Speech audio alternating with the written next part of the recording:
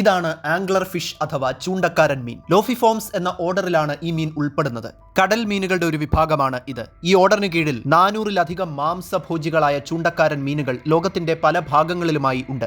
Angler ഫിഷുകളുടെ മുതുകിലെ ചിറക് അഥവാ dorsal ഫിന്നിലുള്ള ഒരു മുള്ള് തലയ്ക്ക് മുകളിലേക്ക് നീണ്ടു വളഞ്ഞു നിൽക്കുന്നതായി നിങ്ങൾക്ക് കാണാൻ സാധിക്കും. കടലിനടിയിൽ മണലിലും പവിഴപ്പുറ്റുകൾക്കിടയിലും മറഞ്ഞിരുന്ന് ഈ ശരീരഭാഗം ചലിപ്പിച്ചുകൊണ്ട് ഇവർ ചെറുമീനുകളെയും മറ്റിരകളെയും തങ്ങളുടെ അടുത്തേക്ക് ആകർഷിക്കും. അവരടുത്തേക്ക് വരുമ്പോൾ ചാടിയൊരൊറ്റ പിടുത്തമായിരിക്കും. ഇവരുടെ വായ നിറയെ തന്റെ ഇരയെ കടിച്ചു മുറിച്ച് വിഴുങ്ങാൻ പാകത്തിന് കൂർത്തുമൂർത്ത പല്ലുകളുള്ളതായി കാണാൻ സാധിക്കും. പല്ലുകൾ കൊണ്ട് ഒരിക്കലും രക്ഷപ്പെടാനാകാത്ത വിധം തന്റെ ഇരയെ ഇവർ ഞെരുക്കിക്കളയും. അതായത് ചൂണ്ടയിട്ട് ഇര പിടിക്കുന്നത് പോലെ. ഇവരുടെ ഈ ചൂണ്ട പോലെയുള്ള ശരീരഭാഗത്തെ പാവപ്പെട്ട ഇരകളെ വശീകരിക്കാൻ ഉപയോഗിക്കുന്ന അവയവമായതുകൊണ്ട് ല്യൂർ എന്ന് വിളിക്കാറുണ്ട്. സമുദ്രത്തിന്റെ അത്യഗാധതകളിൽ 1000 മുതൽ 4000 മീറ്ററോളം ആഴമുള്ള ബെഥിപെലാജിക് സോൺ എന്നറിയപ്പെടുന്ന ഭാഗങ്ങളിൽ വരെ ആംഗ്ലർ ഫിഷുകളെ നിങ്ങൾക്ക് കാണാൻ സാധിക്കും. കടലിന്റെ ഈ ഭാഗത്ത് പൊതുവെ ഇരുട്ടായിരിക്കും. ഇങ്ങനെ ഇരുട്ടുള്ള കടലിന്റെ ഭാഗങ്ങളിൽ കാണുന്ന ചൂണ്ടക്കാരൻ മീനുകളുടെ ചൂണ്ടയുടെ എസ്കെ എന്ന് വിളിക്കുന്ന ഉരുണ്ട അഗ്രഭാഗം തിളങ്ങും. അതിനുള്ളിൽ വസിക്കുന്ന പ്രകാശം പുറപ്പെടുവിക്കാൻ സാധിക്കുന്ന ബാക്ടീരിയകൾ ഉണ്ടാക്കുന്ന പ്രകാശമാണിത്. ഈ പ്രകാശത്തിലേക്ക് ആകൃഷ്ടരായി തീനാളത്തിനടുത്തേക്ക് പറന്നെടുക്കുന്ന ഈയാമ്പാറ്റകളെ പോലെ ഇരകൾ കടന്നുവരും.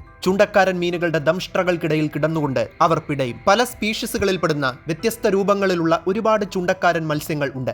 ഇനി ഈ ചൂണ്ടക്കാരൻ മത്സ്യങ്ങളെക്കുറിച്ചുള്ള ഞെട്ടിക്കുന്നതും അത്ഭുതപ്പെടുത്തുന്നതുമായ ഒരു കാര്യം പറയാം. ആഴക്കടലിൽ വസിക്കുന്ന ചില ആംഗ്ലർ ഫിഷ് സ്പീഷീസുകളിലെ പെൺമീനുകളെക്കാൾ പൊതുവെ വലിപ്പം കുറവുള്ള ആൺമീനുകൾ അവരുടെ ജീവിതകാലം മുഴുവൻ പെൺമീനുകളുടെ ശരീരത്തിൽ ഒട്ടിച്ചേർന്നാണ് ജീവിക്കുക. ആൺമീനിന്റെ കോശങ്ങളും കലകളും എന്തിന് രക്തപര്യന വ്യവസ്ഥയും ഉൾപ്പെടെ പെൺമീനിന്റെ ശരീരത്തോട് കൂടിച്ചേരും. പെൺമീനിന്റെ ശരീരത്തിൽ ഒട്ടിപ്പിടിച്ചിരുന്നു കൊണ്ടാണ് ഇവർ ബീജങ്ങൾ ഉൽപ്പാദിപ്പിക്കുക. ആഴക്കടൽ ഭാഗങ്ങളിൽ ജീവിക്കുന്ന ഇത്തരം മത്സ്യങ്ങൾക്ക് തങ്ങളുടെ ഇണകളെ കണ്ടെത്താൻ പൊതുവെ പ്രയാസമായിരിക്കുമല്ലോ. അതുകൊണ്ടാണ് ഇവർ ഇത്തരമൊരു സവിശേഷത പ്രകടിപ്പിക്കുന്നത്. സെക്ഷുവൽ പാരസിറ്റിസം എന്നാണ് ഇതിനെ വിളിക്കുന്നത്.